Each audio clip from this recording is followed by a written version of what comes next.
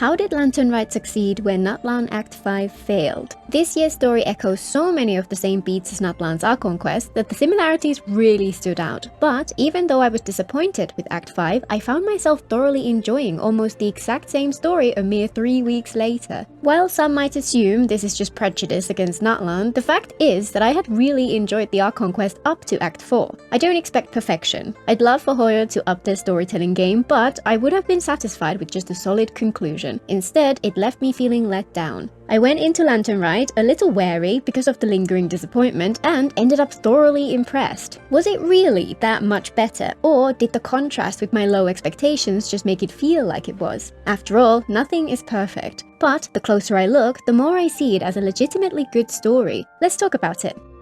As always, stories are subjective, and if your experience with either of them was completely different, that's perfectly valid. This video is all about my personal reaction and interpretation of these stories. If you loved Natlan and hated Lantern Rite, all I'd hope is for you to come away from this with a better understanding of why other people felt differently.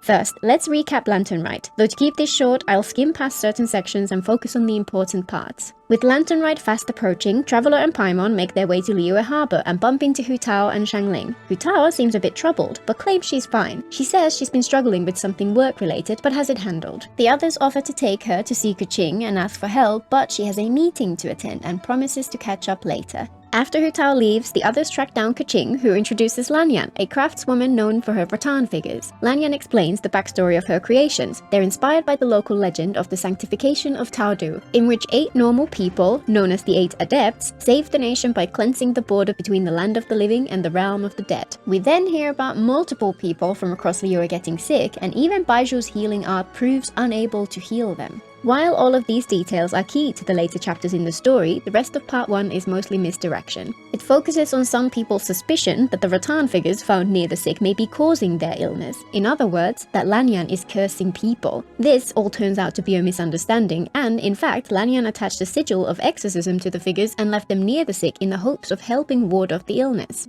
2 days later, things are even worse. Hu Tao is still missing, even more people have fallen ill, and Qiqi has also vanished while gathering herbs. While searching for Qiqi at Wuwang Hill, the Traveler and Paimon run into Yelan, who takes them back to Yian Temple to talk to Ningguang. She reveals that Hu Tao missed the meeting with her the day before, and they suspect Hu Tao, Lanyan, and Qiqi may be trapped together inside the border between life and death. Since the Traveler and Paimon have been there before, they're the perfect candidates to make a rescue attempt. Ningguang catches them up on recent events and the Traveler sets off. After they're gone, we see a cryptic conversation between Yelan and Ningguang about a magic gate array, people assigned to handle different gates, and a fear that they will need to activate the gates even though it would involve obfuscating one of the people involved. Traveler returns to Wuwang Hill with Zhao, who finds the path the others took into the border. Zhao stays behind and tells the Traveler to call him once they're ready to be pulled back. After a few fights with Hilly-Churls, the rescue goes to plan and everyone is safely extracted from the border. But it turns out that the situation in the border is worse than they had hoped. It is deeply corrupted with Vita, and the line between life and death is beginning to blur. Only the rite of sanctification can save Liyue from chaos, the same rite from the legend Lanyan explained earlier. Hu Tao shares how it works, but there's a catch. 8 people need to take part, and one of the 8 has to give up their life. Hu Tao assures everyone that this time is not as serious as the crisis in the legend, and they'll perform a scaled-back version in which nobody has to die. Despite her assurances, it is clear Hu Tao is telling half-truths. The Traveler talks to her some more, and she opens up a little about her past. It turns out that the spooky ruined village at Wuwang Hill was caused by her father making a mistake when she was a mere child. He was unable to let go of his connections to the world, failed the rite of Homa, and died as a result, along with many people nearby. While her grandfather was able to step in and save the day, he too died young a few years later as a result. Hu Tao bitterly blames her father for this. After all that, she's still adamant that she's telling the truth about the rite.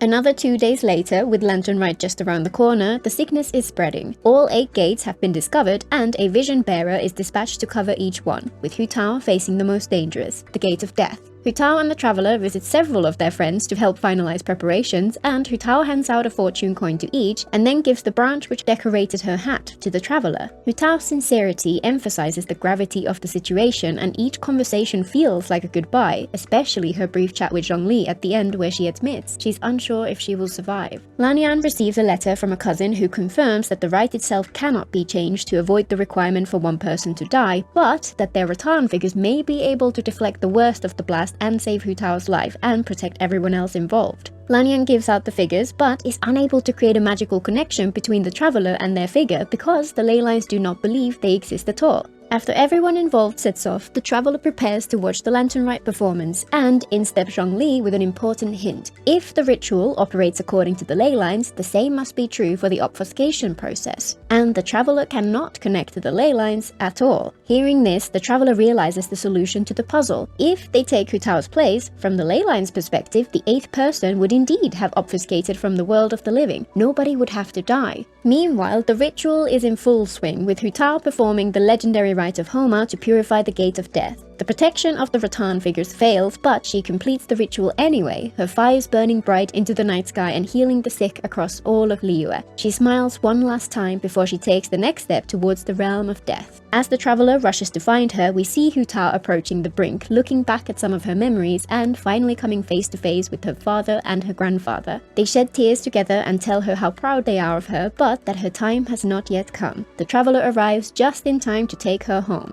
2 days later, the Traveler awakens in the back room of Boo Boo Pharmacy. They needed a little time to recover from the effects of the rite, but the loophole worked and everyone survived. The Feta was banished and the sickness disappeared, and Hu Tao is back to her silly, glib self. The final part is much shorter. Several of our friends who were involved in the ritual meet up, and Yunjin graces us with a performance of the sanctification of Tao Du. Finally, we skip across Liyue to see the others who took part, plus a few other favorites, touching on each of their perspectives and giving a final piece of closure to the tale. This was, in many ways, a fairly simple story. It wasn't groundbreaking or even surprising, it didn't have twists and turns, and it was linear and straightforward. It focused almost entirely on Hu Tao, and while she's long been a fan favorite, I've never really connected to her personally, and never cared for her all that much. And we all knew she wasn't going to die. But I absolutely loved it. There can be something special about a simple story told with sincerity. Even more so, one using beloved characters, exploring meaningful relationships, and relying on long-standing history. One which gets all the fundamentals right, delivers on the promises it makes, and leaves us feeling satisfied. All of which is exactly what I want from Lantern Rite. For example, it was really noticeable in this quest how much more effort they put into animating the characters. Not only were the cutscenes fantastic as always, but they also added some special moments outside of that. This one, with Hu Tao and Xiangling, stands out, plus Yunjin's performance at the end was as unexpected as it was fantastic, with an entirely new dance sequence fully animated within the game engine just for that one scene. While characters coming back from the brink of death is a trope which can get a little stale, it works far better in Hu Tao's case than it could for any other character. She has a close relationship with death, and when she is in that situation, it begs the question of how she might come to accept not passing on if she feels like it is her time. This trope can still work well if we have something else to make us care. I do feel that it came across more as a sequel to Hu Tao's first story quest rather than a true Lantern Rite itself, and on some level I missed the more cozy low-stakes festival vibe, but since it worked so well, I can't really complain. It is ridiculous that anyone who wasn't around will not experience it at all though, and it's long past time for Hoyo to fix that. It was nice to at least glimpse the fireworks in the cutscenes, even though the usual ceremony was much less central this time around, and it did a great job of bringing together all the friends we've made in Liyue and giving them each a place to shine, which is one of the main reasons Lantern Rite feels so special. All in all, it was exactly what I would have hoped for. One thing which occasionally pulled me out of the story while experiencing it was that so many of the story beats were so similar to some of the key parts of the Natlan Archon Quests. Both stories involve an existential threat related to the afterlife, which had been encountered decades or even centuries earlier, but never resolved. There's a central character who has a plan to solve the problem, which apparently involves them sacrificing themselves, and the rest of the cast want to find a way to save them. Early on in both stories, a small child is stranded in the realm of the dead, and the Traveler and friends have to rescue them, providing a dramatic sequence with slightly lower stakes which lets us get familiar with what we'll be encountering in more dire circumstances later on. The climax in both stories sees the traveler and the central character defeating the forces of evil and making their way back home. And at the last minute, the central character's death is avoided via some kind of a loophole. Obviously, all the finer details are slightly different, and Natlan has entire arcs which have no parallel in the Lantern Rite quest, not least that one time the Abyss invaded the entirety of Natlan, but it's very striking that two stories released by the same game within the same patch have so many similarities.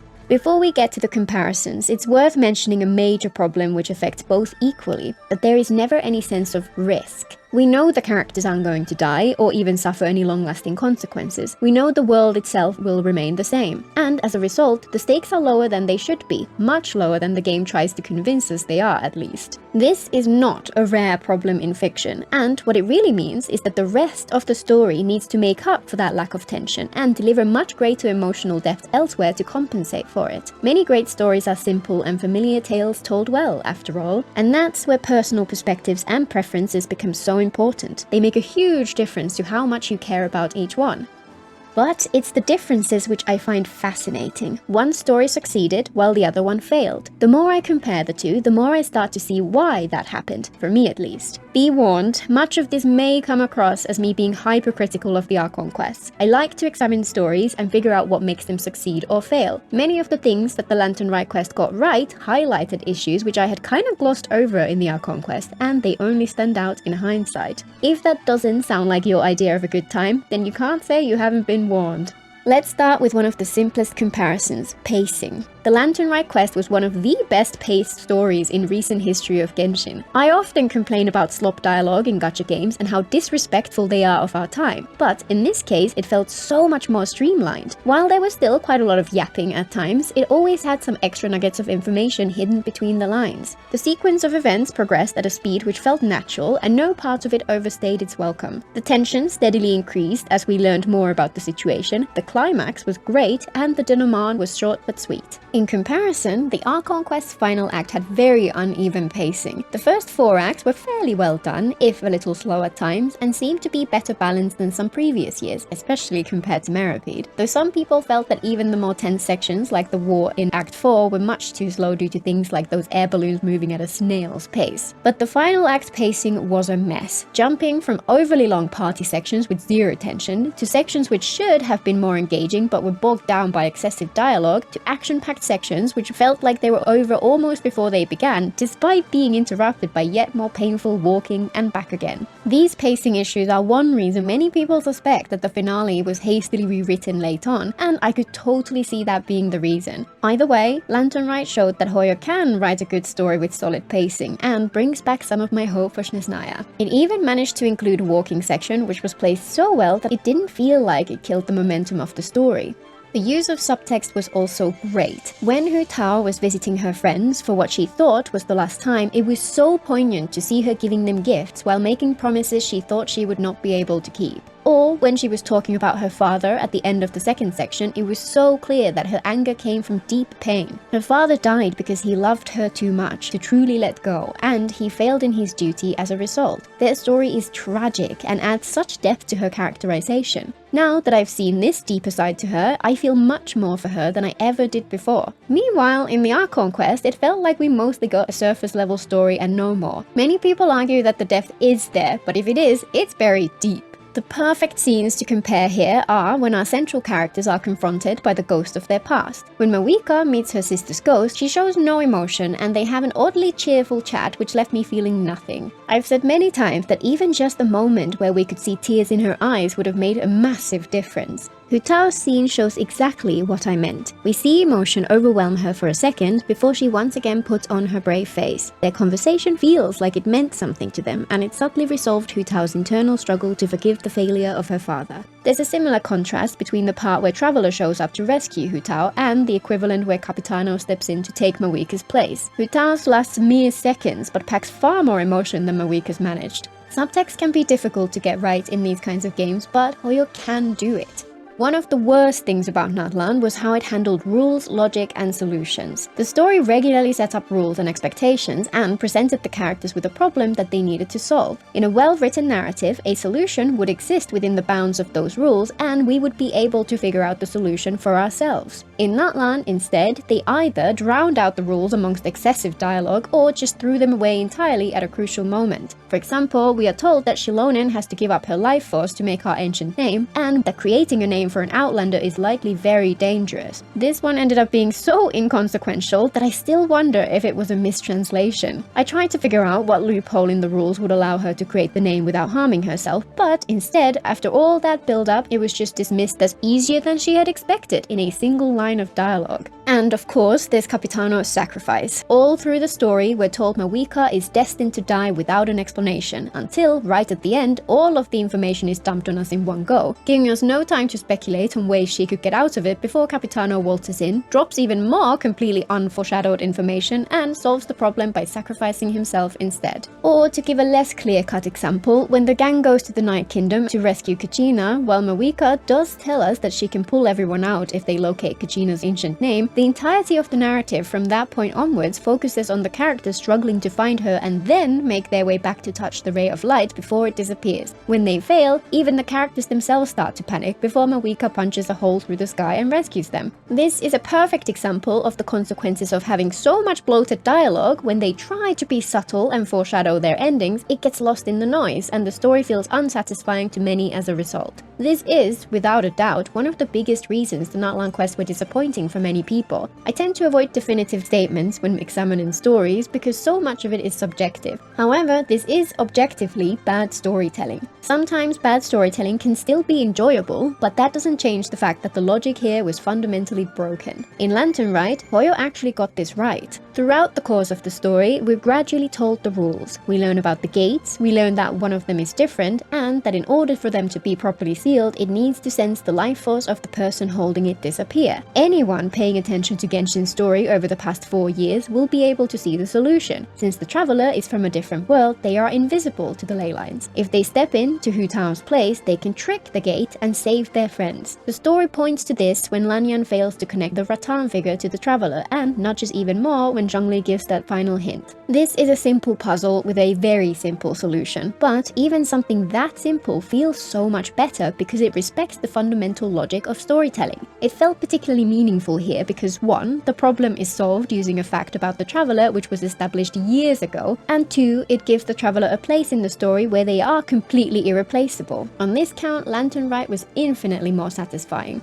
Probably my favorite thing about this quest is how much depth it adds to Hu Tao as a character. Up until this point, we mostly saw just the surface level of her personality, plus the barest hints of something more. She's eccentric and quirky, always pranking people and being generally irritating. She did have a serious side when it came to her work, which brought out a depth of wisdom and uncompromising moral compass which made many adore her. For me, that depth made me appreciate her, but it didn't make me love her. This story dove so much further. Hu Tao opens up to us about her past, and it's plain to see how much pain and regret she carries around with her. We see her love for her friends in the way she talks to them, we see her resolve when she's alone on the brink of death, and we see her vulnerability and her strength when she comes face to face with her father figures. I've mentioned previously that Genshin tends to leave characters unchanged, but can make them feel deeper by changing our perspective on them instead. In this story, we get both. Our perspective changes and she grows as a person as well. Contrast that to Mawika. She presents as a strong, confident leader who never lets herself show a moment of vulnerability. Even when she's completely alone in the dark, confronted by the past she left behind, she does not waver for an instant. Many people love that about her, but personally, that lack of any other facets to her personality left me with nothing to care about in the end. We see that contrast between the two in other ways as well. For example, consider the setup and payoff of their self-sacrifice. Mawika had already left all her friends and family behind centuries ago and held herself apart from everyone in the modern world, so she just quietly left them all behind without a word.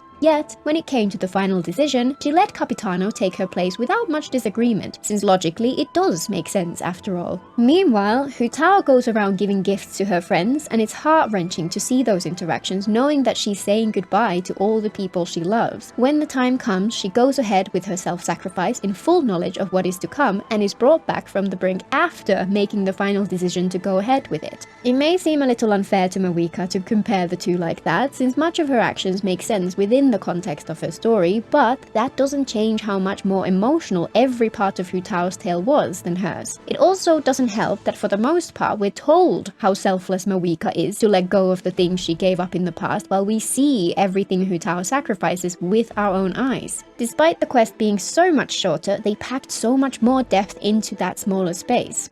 It's also interesting to compare how effective the power of friendship felt in the two quests. For me, Lantern Rite really felt like a team effort. While Hu Tao was central to the narrative as a whole and was very much a leader, we see many of our friends working together. They all play a part in the final rite. In Natlan, that feeling was very much present in the earlier sections, but in the climactic sequence of Act 5, all of our friends ended up just standing around in the stadium watching the fire and sending good vibes. Considering that the 6 heroes could have come along and helped, extra strong corruption notwithstanding, it felt like the power of friendship was more superficial in the Archon Quest finale than it could have been. And then the whole saving the central character part in the Lantern Rite was an act of friendship rather than the more pseudo-philosophical / logical debate between friendly rivals, which we got between Mawika and Capitano at the end. Along those lines, one interesting difference I noticed between the rescues of Qiqi and Qiqi is that we view it from a slightly different perspective. In both cases, the little one is in trouble, the first rescue party, which goes to help them, ends up stuck, and second rescue is launched, which ends up saving everyone. When rescuing Qiqi, we're part of the first rescue party, and the second rescue comes across as a bit out of place since its foreshadowing was poorly done. In the case of Qiqi's rescue, we are instead part of the second rescue attempt, so we're the one who actually saves the day in the end. In general, I'm not one of those people who would prefer for the traveler to go around solving everyone's problems for them, but in this particular setup, it did work a lot better for our perspective to be shifted into that second and more decisive rescue. I also preferred the much more personal feel of how the characters celebrated together in the aftermath of the Lantern Rite to the scenes where the people of Natlan were focused entirely on cheering the traveler. It felt much more authentic and gave much more weight to the contributions all the other characters made to the story. The power of friendship can be a satisfying trope when done well. For me, Lantern Rite's take on it was much more effective.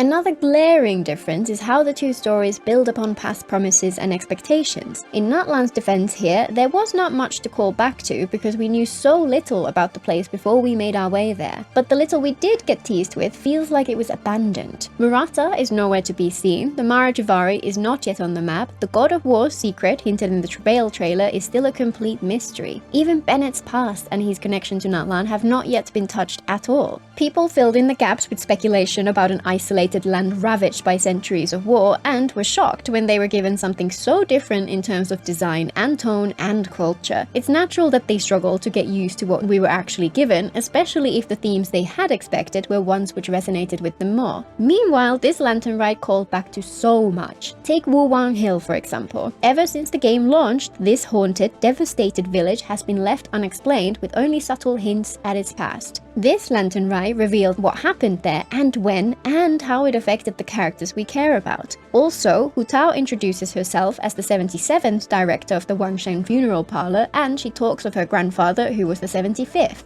But that always led to more questions than it answered. Who was the 76th? What happened to her parents? Why does she pointedly pretend they don't exist? This quest finally gave us answers and enhanced everything about her as a character through the depth this added context provides. Or the rite of Homa itself. We've known for years that the director of the funeral parlor performs magical rites to banish evil, and that the staff of Homa is an integral part of these rites. In this quest, we finally get to see her use this hidden magic. That said, one part which felt a little out of place on this point was that the law of the sanctification of Taoju and the 8 Adepts came out of nowhere. There are a couple of references hidden here and there, for example 1 gate out of 8 and the secret ritual are mentioned in the description of the hidden palace of Zhao formula domain, hidden in plain sight since version 1, but it would have been better if we were exploring lore which had been a little more prominent. It would have been so cool if it was an in-world series of books prior to us actually exploring it in this quest. That kind of thing would start me down the path of being more interested in the game's deeper lore, since it would start to feel relevant to the story. One of Genshin's greatest strengths at this point is that people still care about the characters and lore from the earlier regions, and one of its greatest weaknesses is that so many of them have so much of their story left untold. We still want answers to the myriad unanswered questions and unfinished arcs left behind by 4 years of the inexorable march of new content being released. This quest shows one way they could turn it around, by continuing those characters' arcs, by answering those questions, and by completing those stories. It's just a shame that this all happened in a time-limited event story instead of a permanent quest like it should have been. Overall, this year's Lantern Rite well and truly delivered. Even on its own merits in isolation, I'd argue that it's among their best. In the grand scheme of things, it's just a competent story which banks on the existing connections we feel toward the characters and the world, but it does so skillfully. This is exactly what many of us want from events like this, so it truly felt like a breath of fresh air. After Natlan took a different direction from what many expected and then fumbled the ending, I had been feeling concerned about the game's direction in the long run. We're getting closer to the end of our journey, and there's a lot that they need to tie up if the ending is going to feel like it pays off everything we've gone through so far. Lantern Rite shows that they may, in fact, have it in them to stick that landing, and I hear good things about the Mikawa festival as well. Let's hope they get it right. Until next time!